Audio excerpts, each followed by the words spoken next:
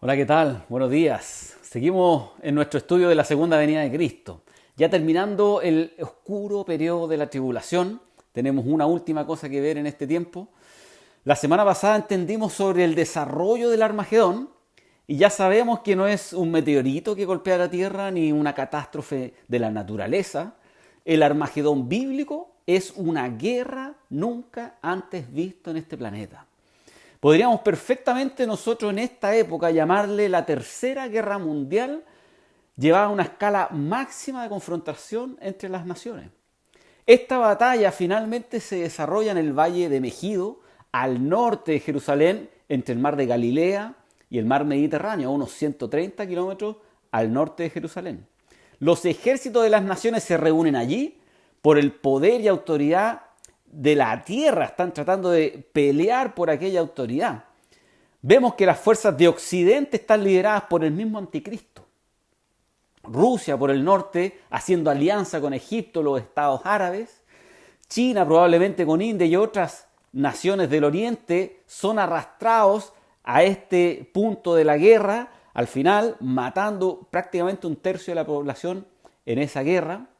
Al final se encuentran todos estos ejércitos enfrentados al mismo Cristo y sus ejércitos celestiales, llegando Cristo como ladrón en la noche, como Él lo prometió, sin que los estuvieran esperando.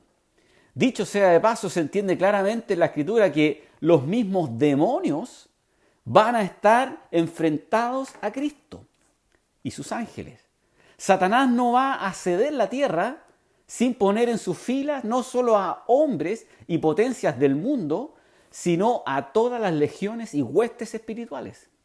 Cuando comienza el reino del milenio, entendamos eso también, no existe ninguna fuerza demoníaca.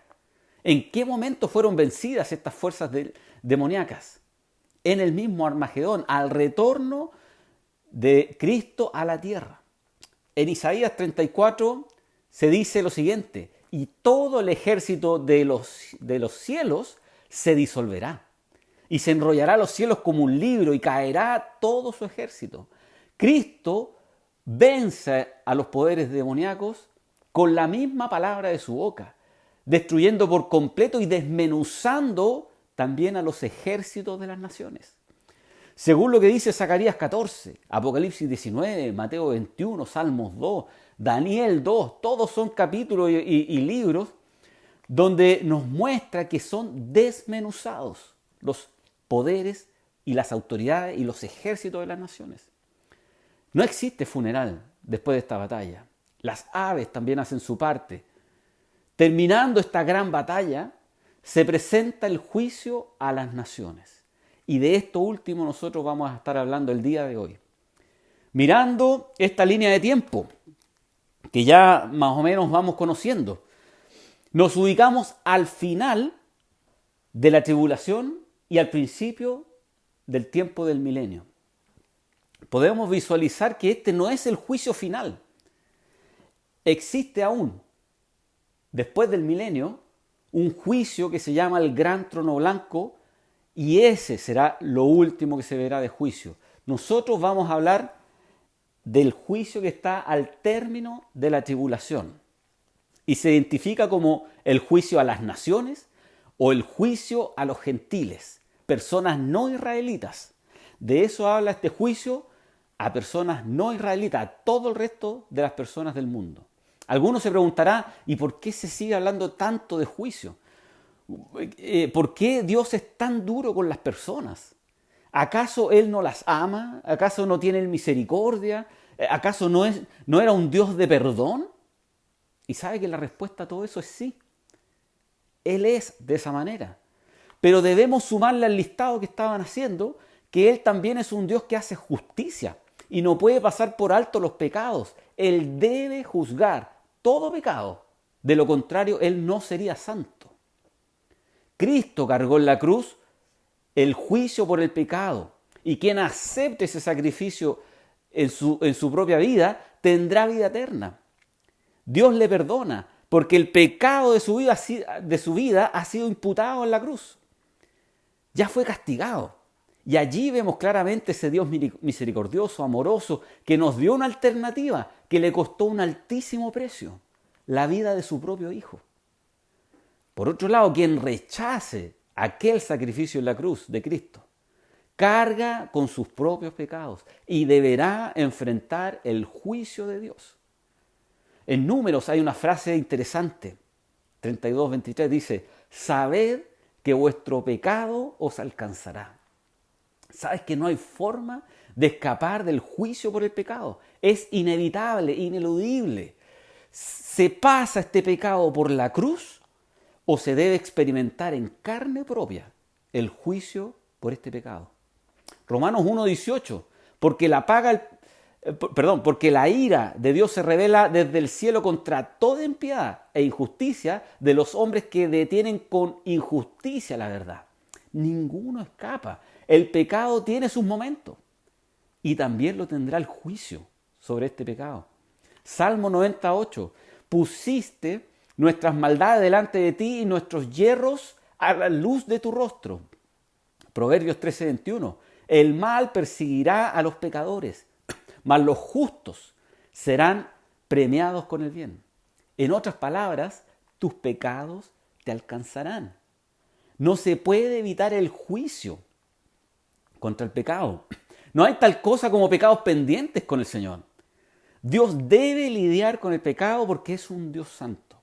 Estamos en los últimos tiempos y el hombre anda como un tren a alta velocidad que no tiene freno, dando rienda suelta al pecado y en cualquier momento chocará contra un Dios santo que va a juzgar el pecado.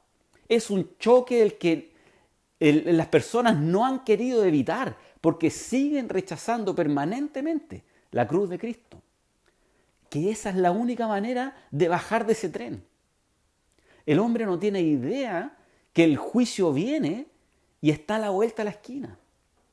Este clímax del juicio del pecado es con el retorno visible de Jesucristo. Cristo vendrá a establecer el juicio, confrontar el pecado que el hombre abrazó por tanto tiempo. Salmo 98:9 dice, delante de Jehová, porque vino a juzgar la tierra, juzgará al mundo con justicia y a los pueblos con rectitud. El Señor viene en juicio esta vez, no humildemente, no en un pesebre, Él viene a juzgar. Vamos a ver algunos aspectos de este juicio a las naciones o los gentiles, personas no israelitas, y veremos quién es el juez. Vamos a entender el tiempo de este juicio, cuándo se realiza, en qué lugar, quién es el objeto del juicio, quién está siendo juzgado, y vamos a ver el desarrollo mismo del juicio. Número 1, ¿quién es el juez? Partamos allí. Ya sabemos quién es el juez. Mateo 25 nos da claridad también. Cuando el Hijo del Hombre venga en su gloria, ¿quién viene? El Hijo del Hombre, y todos sus santos ángeles con él, entonces se sentará en su trono de gloria. Y serán reunidas delante de él todas las naciones. Apartará a los unos de los otros, como aparta el pastor las ovejas de los cabritos. Y pondrá las ovejas a su derecha y los cabritos a su izquierda. Entonces el rey dirá a los de su derecha, venid benditos de mi Padre, heredad el reino preparado para vosotros desde la fundación del mundo. Y versículo 41, entonces dirá a los de la izquierda, apartados de mí, malditos, al fuego eterno, preparado para el diablo y sus ángeles. ¿Quién es el juez? El Hijo del Hombre es el juez, el mismo Jesucristo. Juan confirma esto, 5:22, porque el Padre a nadie juzga, sino todo el juicio dio al Hijo. El Hijo es quien va a liderar este juicio. En el versículo 27, y también le dio autoridad al Padre, ¿a quién? Al Hijo, de hacer juicio por cuanto es el Hijo del Hombre, al mismo que fue mencionado en Mateo 25. Cristo fue comisionado por Dios para ser el juez. La sentencia, fíjense en esto, la sentencia es una consecuencia de las mismas decisiones del hombre. Gálatas nos dice que todo lo que el hombre sembrare, eso también segará. Ezequiel 18:20, y la impiedad del impío será sobre él. Cristo no es quien envía personas al infierno. Eso tenemos que entenderlo. Eso está muy mal entendido. No es Cristo el que los envía al infierno. Él es quien juzga la causa de acuerdo a la evidencia. Este veredicto que Él da está basado en los pecados que el hombre mismo decidió hacer. Por tanto, no es una responsabilidad de Dios el sufrimiento del hombre. Es una decisión de cada persona. Nuestras acciones, en otras palabras, tienen repercusiones. Jesús no tiene que hacerlo todo. Nosotros ya hicimos demasiado daño. El pecado nos alcanzará, nuestro pecado, a no ser de que sea entregado voluntariamente a la cruz de Cristo. La pelota la tenemos nosotros. Yo tengo eso, yo tengo esa responsabilidad, tú la tienes. Cada uno decide su destino eterno, porque Dios ya generó la alternativa de salvación con su Hijo en la cruz. Ahora depende de tu decisión, pasar o no por este juicio. Es nuestra decisión aceptar ese regalo que Dios nos dio. Hay unos pasajes que vamos a leer y vamos a entender que son pasajes que muestran la severidad de este juicio final en la tribulación. Y es duro lo que vamos a leer porque el pecado es totalmente duro contra el Señor también. Dice Judas 14 y 15. De estos también profetizó Enoc, séptimo desde Adán en adelante, diciendo: He aquí, y dejar convictos a todos los impíos de todas sus obras impías que han hecho impíamente, y de todas las cosas duras que los pecadores impíos han hablado contra él. La primera profecía antes registrada, fíjate de qué se trata. Es una profecía de la segunda venida de Cristo, en juicio. Vendrá con sus ángeles para confrontar a cada persona por su pecado. Muchos impíos aparecen en este pasaje. 4 veces menciona esa palabra. ¿Qué es eso? Malvado, una persona perversa. No estamos hablando de pecados blancos, porque cuando se habla de pecado no hay colores aquí. Cuando se trata de impiedad no hay colores. Todos los pecados, dice la Escritura, nos separan de Dios y nos llevan a un juicio contra el pecado. Génesis 3:15 también habló de la promesa de la condenación de la rebeldía del mismo Satanás por su pecado. Y se menciona la venida de Jesucristo por la simiente de la mujer. Desde un principio el Señor dice, vendrá Cristo a través de la simiente, a través de su venida gloriosa, Él vendrá en juicio. Uno de los pasajes más duros que creo que existe en la Biblia respecto a la venganza de Jehová está en Isaías. Isaías 63, 1 al 4. Durísimo lo que el Señor dice, severo lo que el Señor dice sobre el pecado y las personas que siguen en su pecado. ¿Quién es este que viene de Edom, de Bosra, con vestidos rojos? Vestidos rojos viene el Señor Jesucristo. Este hermoso en su vestido, que marcha en la grandeza de su poder. Yo, dice, el que hablo en justicia, grande para salvar. ¿Por qué es rojo tu vestido y tus ropas como la del que ha pisado el lagar? El lagar es esto donde pisaban las uvas para hacer vino. Dice Jesucristo aquí, he pisado yo solo el lagar, y de los pueblos nadie había conmigo. Yo pisé con mi ira y hollé con mi furor, y su sangre salpicó mis vestidos, y manché todas mis ropas, porque el día de la venganza está en mi corazón, y el año de mis redimidos ha llegado. Qué durísimo, Señor. ¿Por qué están rojos los vestidos del Señor Jesucristo en su venida? Porque Él viene a realizar juicio. Él viene a pisar el lagar de los rebeldes. Isaías sigue, versículos 5 al 6. Miré y no había quien ayudara. Y me maravillé que no hubiera quien sustentase. Y me salvó mi brazo y me sostuvo mi ira. y con mi ira hollé a los pueblos, pisoteó, y los embriagué en mi furor y derramé en tierra su sangre. El lenguaje es severo, es duro incluso imaginarlo solamente. Con pasajes así, ¿cuántas personas quedan en shock? Imaginamos un Dios compasivo, un Dios misericordioso y amoroso, que lo es. Pero también recordemos, es un Dios que hará justicia a los pecadores que nunca se sometieron a las advertencias que Dios hizo. Por lo tanto, Él va a tener que juzgar el pecado de ellos, porque Él también es juez y no puede dejar el pecado impune. Si no lo juzgó en la cruz, lo tendrá que hacer en la propia vida de estas personas. Isaías 34. Porque Jehová está airado contra todas las naciones e indignado contra todo el ejército de ellas. Las destruirá y las entregará al matadero, y los muertos de ellas serán arrojados, y de sus cadáveres se levantará hedor, y los montes se disolverán por la sangre de ellos. Durísimo. Y todo el ejército, lo que leímos antes, de los cielos se disolverá. Ahí está el ataque contra el poder satánico. Se enrollarán los cielos como un libro y caerá todo su ejército, como cae la hoja de la parra, como se cae de la higuera. Porque en los cielos se embriagará mi espada. ¿Cómo atacará el Señor? Con la espada de su boca, con la voz, con su palabra. He aquí que descenderé sobre Edom en juicio y sobre el pueblo de mi anatema. Llena está de sangre la espada de Jehová. Primero hará juicio contra los demonios y luego contra el hombre. Las naciones, los hombres rebeldes, las personas que no han aceptado a Cristo.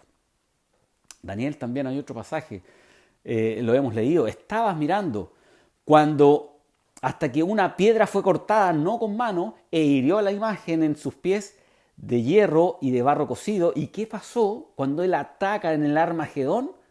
Sus pies y barro cocido y de hierro, ¿qué hace? Los desmenuza. Entonces fueron desmenuzados también el hierro, el barro cocido, el bronce, la plata, el oro, y fueron como tamo de las eras del verano, se los llevó el viento sin que de ellos quedara rastro alguno. Mas la piedra que hirió la imagen fue hecha un gran monte y llenó toda la tierra. Cristo golpea en el Armagedón los pies y desmenuza los ejércitos. Y luego el resto de la imagen también es desmenuzada. Y ese resto de la imagen siendo desmenuzada habla precisamente del juicio a las naciones. El resto de personas también va a tener el mismo fin que el mismo ejército. ¿Qué dice el Nuevo Testamento respecto a este juicio? Segunda Tesalonicenses. Y a vosotros que sois atribulados, daros reposo con nosotros cuando se manifieste el Señor Jesús desde el cielo con los ángeles de su poder, en llama de fuego para dar retribución a los que no conocieron a Dios ni obedecen el Evangelio de nuestro Señor Jesús. Aquí tienen el criterio para definir quién pasa por este juicio y quién no. ¿Cuál es ese criterio? No conocer a Dios personalmente te hace pasar por este juicio. Algunos pueden saber cosas acerca de Dios, pero conocerlo personalmente es otra cosa. Eso es lo que te libera de este juicio. El no obedecer al Evangelio predicado por el mismo Dios en su palabra te hace pasar por este juicio. Y luego termina este pasaje. Los cuales sufrirán pena de eterna perdición, excluidos de la presencia del Señor y de la gloria de su poder. Ahí está la sentencia, por su propio pecado. Cristo habló más del infierno que del cielo, porque tiene que advertir a todas las personas el fin que tendrán si su pecado no es cargado en la cruz. 1 Corintios, en otras palabras, él decía, el que no amara al Señor Jesucristo, que sea anatema. El Señor viene. Cristo viene y está diciendo que los que no amen, los que no crean, los que no depositen su fe en el Señor Jesucristo, van a terminar siendo anatemas. ¿Qué es eso? Van a quedar bajo maldición. Van a quedar bajo condenación. Lo ha advertido. Hechos, sigue hablando lo mismo. Ahora manda a todos los hombres en todo lugar que se arrepientan. por cuanto ha establecido un día en el cual juzgará al mundo con justicia. El juicio de Cristo por el pecado de la humanidad no solo está anunciado, está pero totalmente detallado en la Escritura. Y hay que tomarle el peso, hay que considerarlo. Y si estás escuchando y no has confiado tu pecado en el Señor Jesucristo, es algo que tienes que hacer ya. No tienes por qué dejar pasar un día más, un minuto más. Tienes que arrodillarte ante el Señor, pedirle perdón por tus faltas, entregarle tu vida al Señor y que Él te dé la vida eterna, te rescate. Que tus pecados sean cargados a la cruz de Cristo. De eso se trata todo esto. No tienes que pasar por un juicio como esto. Cristo no ideó este juicio. Este juicio es para personas que no han querido someterse al Señor. ¿Cómo está detallado este juicio? Recordemos la entrada del Señor a la batalla del Armagedón. Ahí es cuando Él viene a la tierra, en un caballo blanco, montado, que se llama fiel y verdadero, juzga con justicia y pelea, dice. Esta es la entrada del juez a la tierra. Un cielo abierto. La última vez que estuvo abierto ese cielo fue en el capítulo 4 de Apocalipsis, donde todos los salvos de la iglesia entraron al cielo en el rapto. Y aquí se describe el cielo abierto nuevamente y todos regresando con Cristo. 2 veces el cielo abierto en Apocalipsis, una para el rapto y otra para regresar. ¿Qué hace Cristo cuando regresa? Juzga y pelea.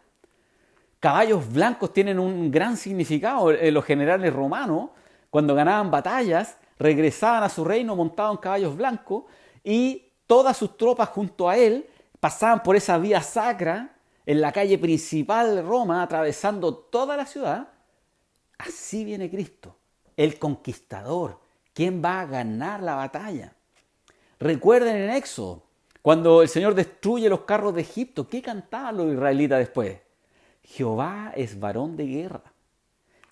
Cuando el juicio llegue, será Cristo quien va a juzgar.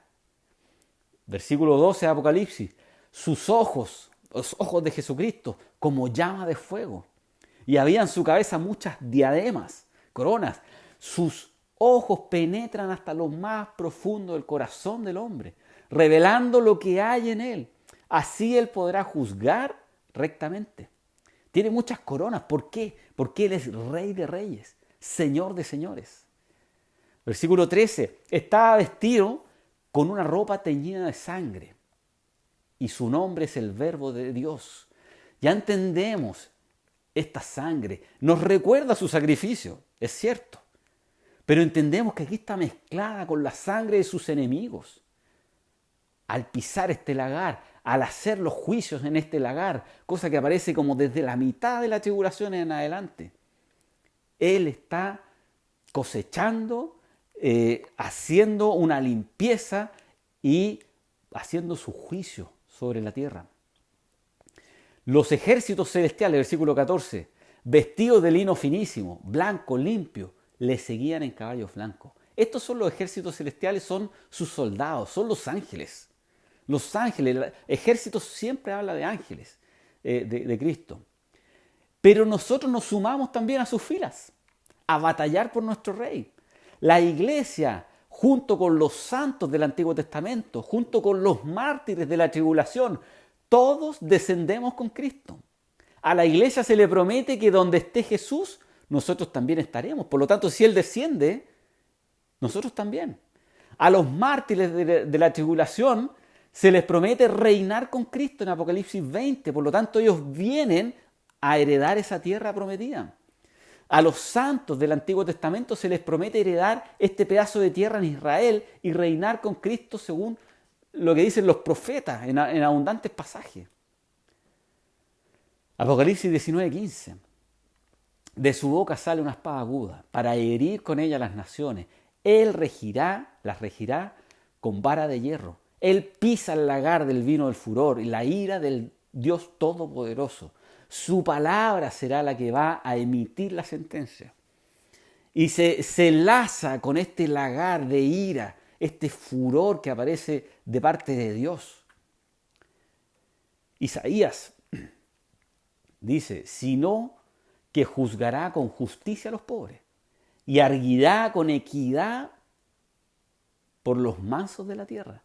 Herirá a la tierra con la vara de su boca y con el espíritu de sus labios matará al impío. ¿Cómo termina el Armagedón? ¿Recuerdan? Con la espada que sale de su boca. Cristo viene en juicio y gobernará con justicia. La sentencia obedece al propio actuar de cada persona y todos serán hallados faltos porque no hay obra que les pueda salvar en este juicio. Todas manchadas con pecado. Apocalipsis, ya versículo 16, dice, en sus vestiduras y en su muslo tiene escrito este nombre, Rey de Reyes, Señor de Señores. ¿Quién es el juez entonces? Cristo es el juez. Punto 2. ¿Cuándo va a ser este juicio? Terminando la gran tribulación. Mateo 25 nos dice que será en ese tiempo. Versículo 31. Cuando el Hijo del Hombre venga en su gloria y todos los santos ángeles con él, entonces se sentarán en su trono de gloria. Sabemos cuándo será. Cuando él venga en su gloria. La primera vez vino en humillación. La segunda vez vendrá en gloria. La primera vez lidió con el pecado, permitiendo que se ejecute el juicio sobre él mismo en esa cruz. Esta segunda vez, él viene en juicio y lidia con el pecado, pero será dirigido este juicio por él. Y va a terminar con el tiempo de las naciones, las autoridades de las naciones. Al final de la tribulación, cuando los ejércitos convergen a este valle de Meguido, aparece Cristo para recuperar la tierra para sí. Y luego se sentará en su trono en Jerusalén y será visto por todo el mundo. Cristo termina el Armagedón con una muerte rápida contra todos los ejércitos de las naciones frente a él. No es una gran lucha, es una gran convocatoria, pero no habrá mucha resistencia a la voz de Cristo, a su palabra. Y luego de eso, reúne a todos los gentiles en Jerusalén para hacer el juicio contra el resto de las personas. Todo esto ocurre al final de la tribulación. En Salmos 2 dice lo siguiente: ¿por qué se amotinan la gente y los pueblos piensan cosas vanas? Se levantarán los reyes de la tierra y príncipes consultarán unidos contra Jehová, contra su ungido, diciendo: rompamos sus ligaduras, echemos de nosotros sus cuerdas. El que mora en los cielos se reirá, el Señor se burlará de ellos. ¿Qué pasa? Las autoridades siguen rechazando a Dios y se han puesto de acuerdo. Ese es el problema de fondo que venimos hablando. Los gobiernos el día de hoy no es un problema de color político, no es un problema de ideología ni de una filosofía detrás. El problema es que no se sujetan al Rey de Reyes. Y el Señor se burla en el sentido de cómo reaccionan las autoridades pensando que pueden hacerle frente a Cristo. Es ridículo eso. Salmos continúa. Versículo 5. Luego hablará a ellos en su furor y los turbará con su ira, porque yo he puesto mi rey sobre Sión, mi santo monte. Yo publicaré el decreto. Jehová me ha dicho: mi hijo eres tú, yo te engendré hoy. Pídeme y qué va a hacer el Señor. Te daré por herencia a las naciones, como posesión tuya los confines de la tierra, y los quebrantarás con vara de hierro, como vasija alfarero los desmenuzarás. Nuevamente, el término es desmenuzar a las naciones. Yo he puesto, mi rey, siga anunciando, como lo dijo Daniel, serán desmenuzados. A esa altura, estimados, a esa altura, al final de la tribulación, ya no se puede evitar el juicio. Es demasiado tarde para arrepentirse. Hoy es el momento de arrepentirse. Hoy es el momento de entregar los pecados a Cristo. Hoy es el momento de abrazar la salvación que el Señor da. En ese tiempo será muy tarde. Mateo 25, 34. Entonces el rey dirá a los de su derecha: venid benditos de mi Padre, heredad el reino preparado para vosotros desde la fundación del mundo. Heredad del reino. Esto nos muestra que su retorno es antes del milenio. Él regresa y luego permite que las personas hereden el reino. quien sea que esté en este juicio, ¿entrará al reino del milenio o va a quedar excluido del reino? Cristo retorna y es precisamente en ese momento cuando Él hace este juicio. Él determina el destino eterno de las personas de acuerdo a sus propios pecados o de acuerdo a su fe en Cristo. Lucas 12. Estén ceñidos vuestros lomos y vuestras lámparas encendidas. Acá hay un consejo para quienes estén en ese periodo de tribulación. Vosotros sed semejantes a hombres que aguarden que su Señor regrese de las bodas, para que cuando llegue y llame, le abran enseguida. Bienaventurados aquellos siervos a los cuales su Señor cuando venga le halle velando. De cierto os digo que se ceñirá y hará que se sienten a la mesa y vendrá a servirles. Pasarán al reino. Y aunque venga en la segunda vigilia, y aunque venga en la tercera vigilia, si los hallare así, bienaventurados son aquellos siervos. Pero sabed esto, que si supiese el padre de familia a qué hora el ladrón había de venir, velaría ciertamente y no dejaría minar su casa. Vosotros pues también estad preparados, porque a la hora que no penséis, el Hijo del Hombre vendrá. Vendrá cuando no lo estén esperando. Hay un mensaje a las naciones, a su pueblo fiel, aunque sea una segunda o tercera vigilia, aunque parezca que se está demorando su venida, sigan esperando, dice. No se duerman, no se dejen llevar por el sistema, no compren lo que venda el anticristo. Sigan esperando a Cristo. El tiempo es el final de la tribulación. Así será. ¿Dónde va a ser el lugar? Hablemos un poquito del lugar. Será en el Monte de los Olivos, o como podemos llamar, y vamos a entender, el Valle de los Olivos. En eso se convierte el monte. Mateo 25. Cuando el Hijo del Hombre venga en su gloria, todos los ángeles con él, entonces se sentará en su trono de gloria. Si sabemos dónde está el trono de gloria, sabremos dónde va a juzgar a las naciones. Jeremías 23. He aquí vienen días, dice Jehová, en que levantaré a David renuevo justo y reinará como rey, el cual será dichoso y hará juicio y justicia. ¿Dónde? En la tierra. En la tierra va a ser el juicio. Será exactamente en Jerusalén, en el trono de David. Literalmente en la tierra. No hay que confundirse, no hay que agregar una interpretación privada. Hay que creer la palabra de Dios. Eso es lo más difícil.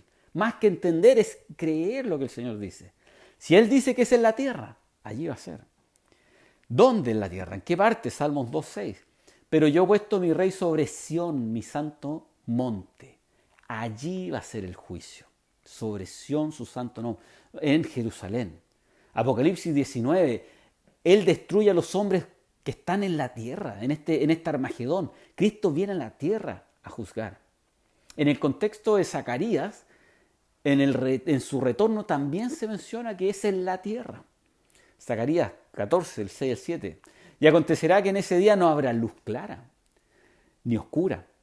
Será un día el cual es conocido por Jehová, que no será ni de día ni de noche, pero sucederá que al caer la tarde habrá luz. ¿Qué está diciendo? Cuando Cristo se siente en el trono, va a ser un día tenue. 24 horas de luz tenue. Cuando debería ser oscuro habrá luz.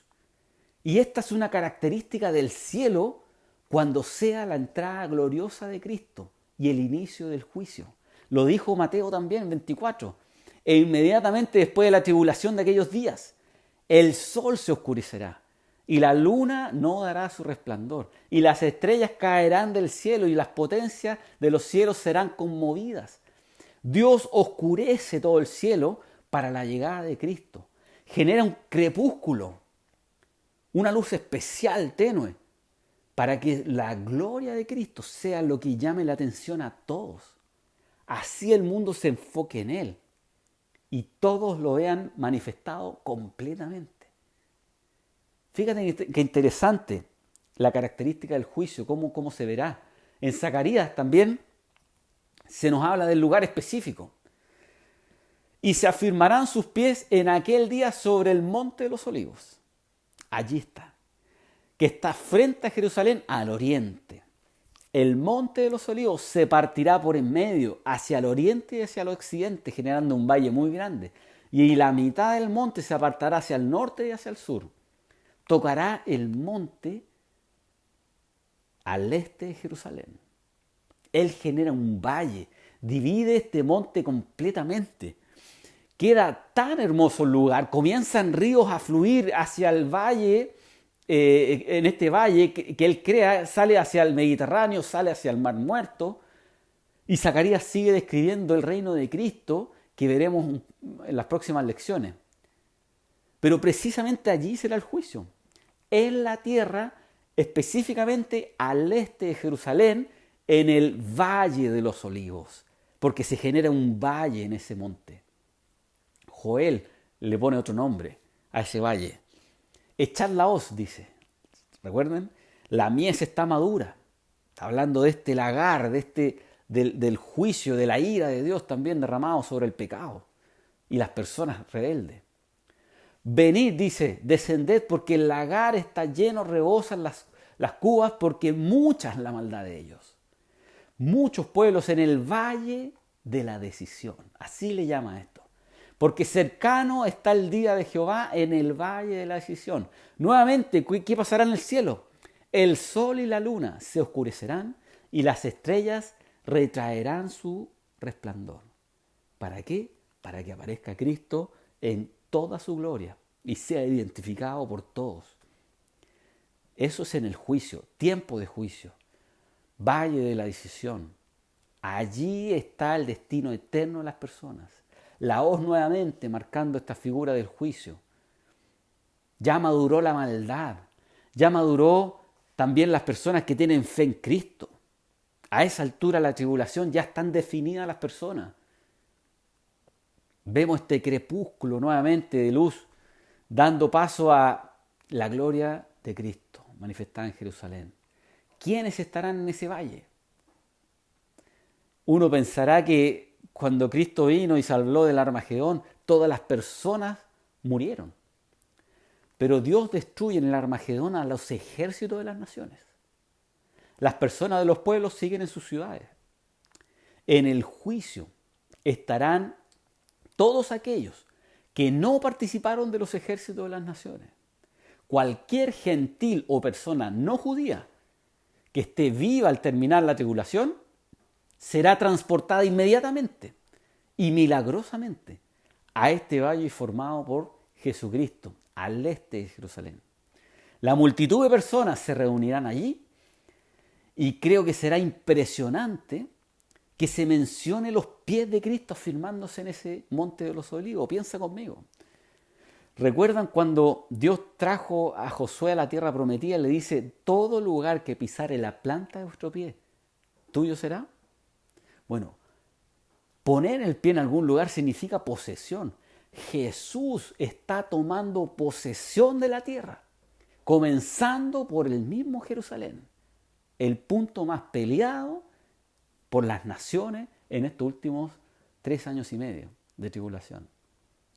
Él crea este valle, reúne a quienes están vivos en ese momento y comienza el juicio. ¿Ven las diferencias? El Armagedón es en Megido, al norte de Jerusalén. El juicio es en el monte de los olivos, en Jerusalén. El Armagedón se ve a Cristo en un caballo. En el juicio se le ve sentado en su trono. En Armagedón lucha contra los ejércitos de las naciones. En el juicio enfrenta a todo el resto de las personas gentiles de las naciones. En Armagedón se ve un cielo abierto y Cristo descendiendo con sus ángeles. En el juicio se oscurece todo el cielo para dar paso a la luz gloriosa de Cristo, tocando aquel monte de los olivos.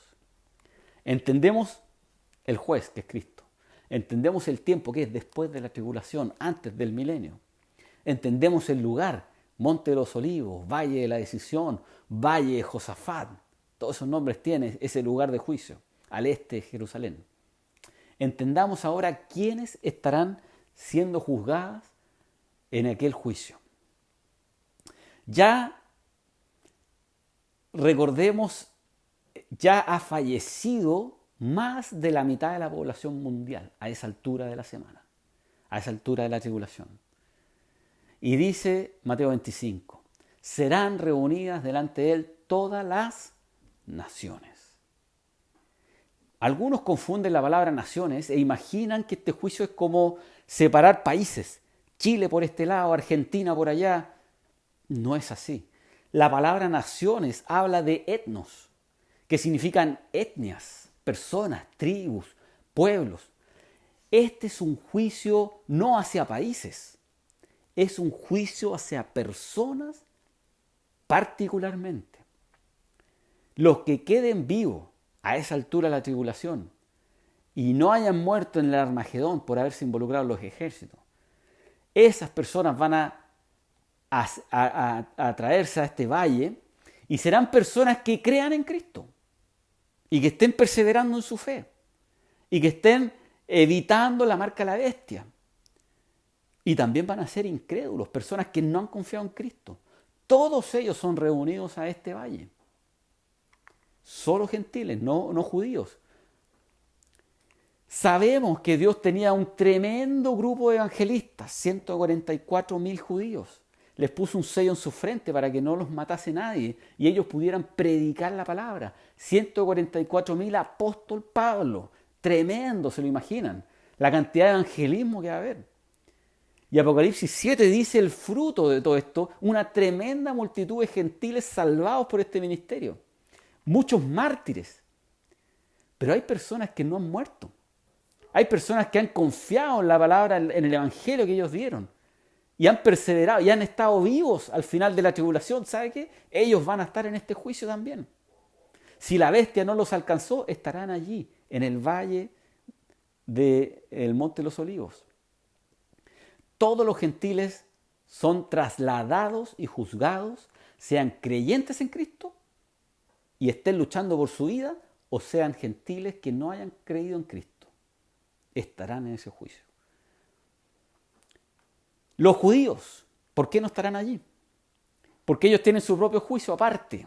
Recuerden, Dios purgará a los rebeldes israelitas. Y dice, luego todo Israel será salvo. Y se les ve a los judíos teniendo su juicio independiente. Mateo 25, del 1 al 30, tenemos dos figuras que el Señor nos da. Judíos que tendrán su propio juicio con las mismas reglas, pero en diferentes instancias. Se ve estas vírgenes inútiles les llaman, que quedaron fuera y que el Señor les dice que no las conocía. En el versículo 30 se ven los siervos inútiles, que son echados fuera, donde será el lloro y crujir de dientes. Los judíos teniendo sus propias instancias separadas, donde Dios trabaja con ellos, purga a los rebeldes y juegan con las mismas reglas, pero en instancias distintas. El juicio del que estamos hablando ahora es solo para naciones, pueblos, etnias, personas no judías, personas de todo el mundo que estén vivas. Van a ser traídas aquí al retorno de Cristo para ser juzgadas. ¿Y cómo será el juicio entonces? ¿Cómo será el juicio? Entendamos un poquito de contexto, sí, para ubicarnos bien y entender cómo será este juicio.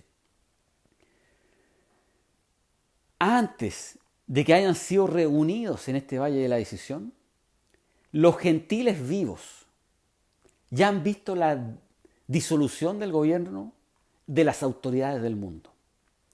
Poco a poco, durante la tribulación, todo se va desmoronando. Las religiones han sido doblegadas. Un gobierno mundial con una resistencia tremenda del resto de las naciones. Una economía en declive, descrita en Apocalipsis 18. Al final se ve cómo la economía se va al suelo. Hay una violencia extrema, etc. Antes de ser reunidos aquí en el Valle de la Decisión, las personas ya han sido despojadas de todo.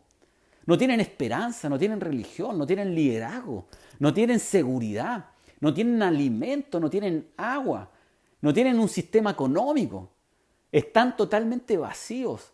Las cosas en las que ellos confiaban ya no existen. La proyección de cualquier educación, cualquier trabajo estable, ya nada de eso tiene sentido. Literalmente, en este punto, las personas están sobreviviendo. Ya no hay música, esto es impresionante.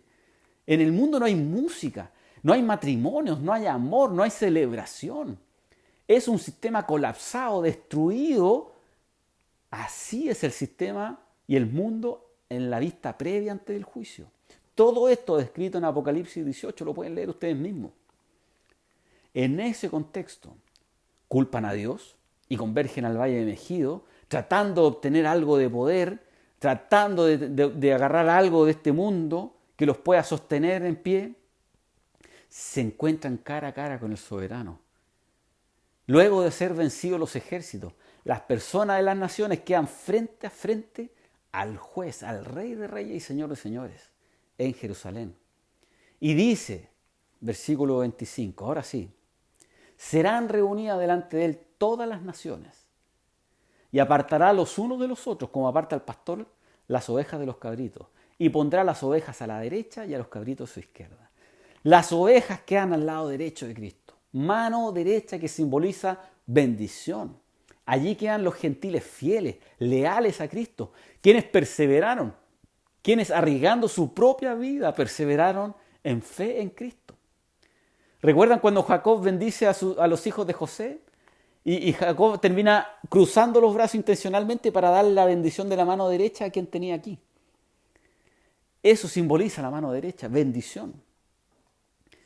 Versículo 34. Entonces el rey dirá a los de su derecha, venid benditos de mi Padre, heredad del reino preparado para vosotros desde la fundación del mundo, porque tuve hambre, y aquí está, tuve hambre y me diste de comer, tuve sed y me diste de beber, fui forastero y me recogiste, estuve desnudo y me cubriste, enfermo y me visitaste, en la cárcel y me viniste a mí. Qué bendición saber que al final de todo este periodo oscuro, terrible de tribulación, habrá muchas ovejas esperando por su pastor. Entrarán en vida al reino de Cristo en la tierra. Es un reino literal en la tierra. Son personas en carne y hueso pasando al reino del milenio. ¿Qué los calificó para entrar? ¿Acaso aquí habla de salvación por obras?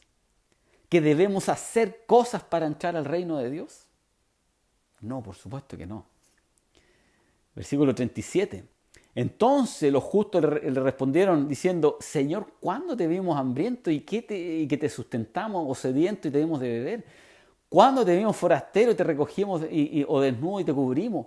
¿Cuándo te vimos enfermo en la cárcel y vinimos a ti? Yo no habría hecho preguntas, yo habría entrado calladito al reino y después le hago las preguntas, pero ellos le preguntan, Señor, ¿cuándo hicimos eso? A ti nunca te vimos en la tribulación. El rey dice, de cierto les digo que cuanto lo hiciste a uno de mis hermanos más pequeños, a mí me lo hiciste. ¿Sabe qué está diciendo? ¿Está diciendo que hacer bien al prójimo es criterio de ser salvo? ¿Es una salvación por obras?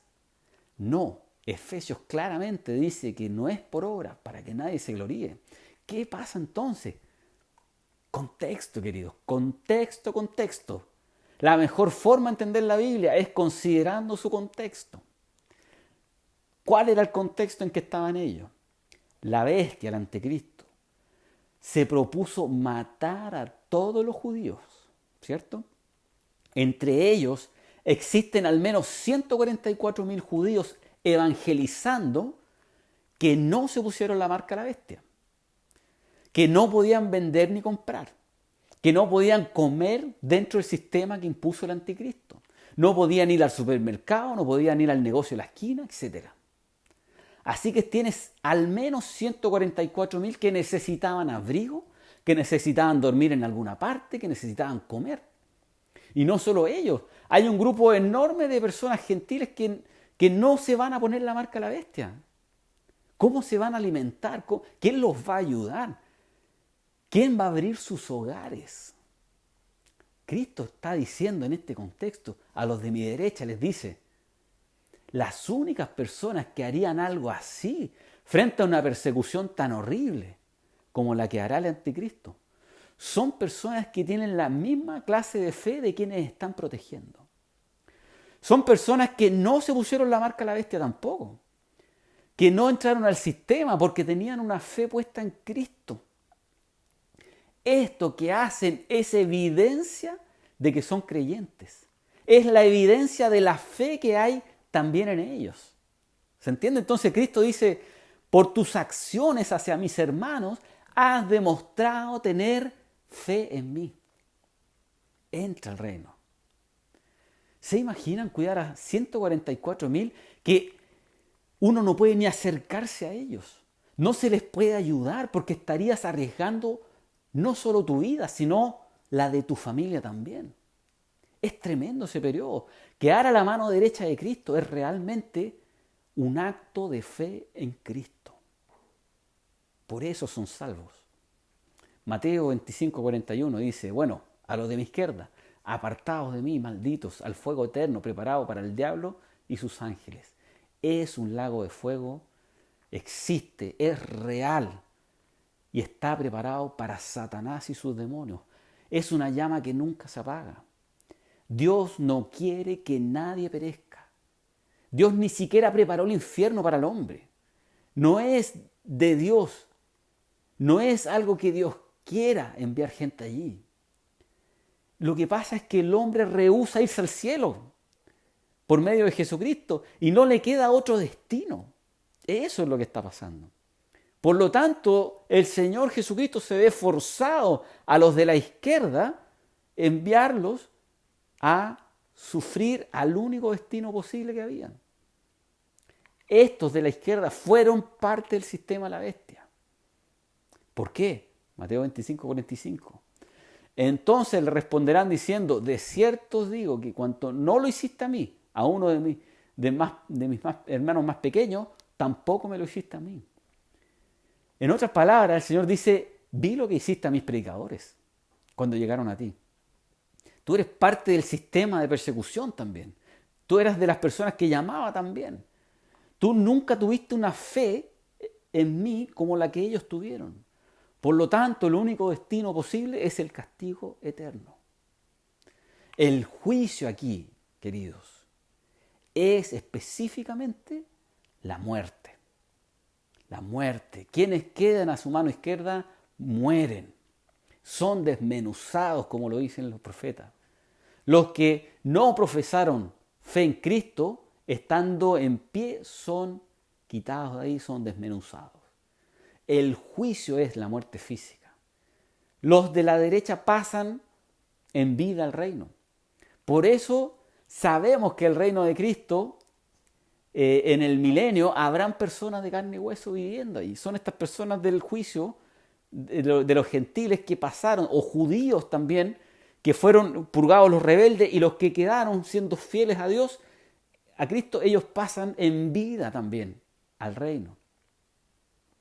Junto con todos nosotros los santos glorificados de la iglesia y junto a los santos resucitados del Antiguo Testamento. Todos nosotros vamos pasando al reino del Señor. Cuando piensas en el juicio, por supuesto que da temor. Nadie tiene que pasar por eso.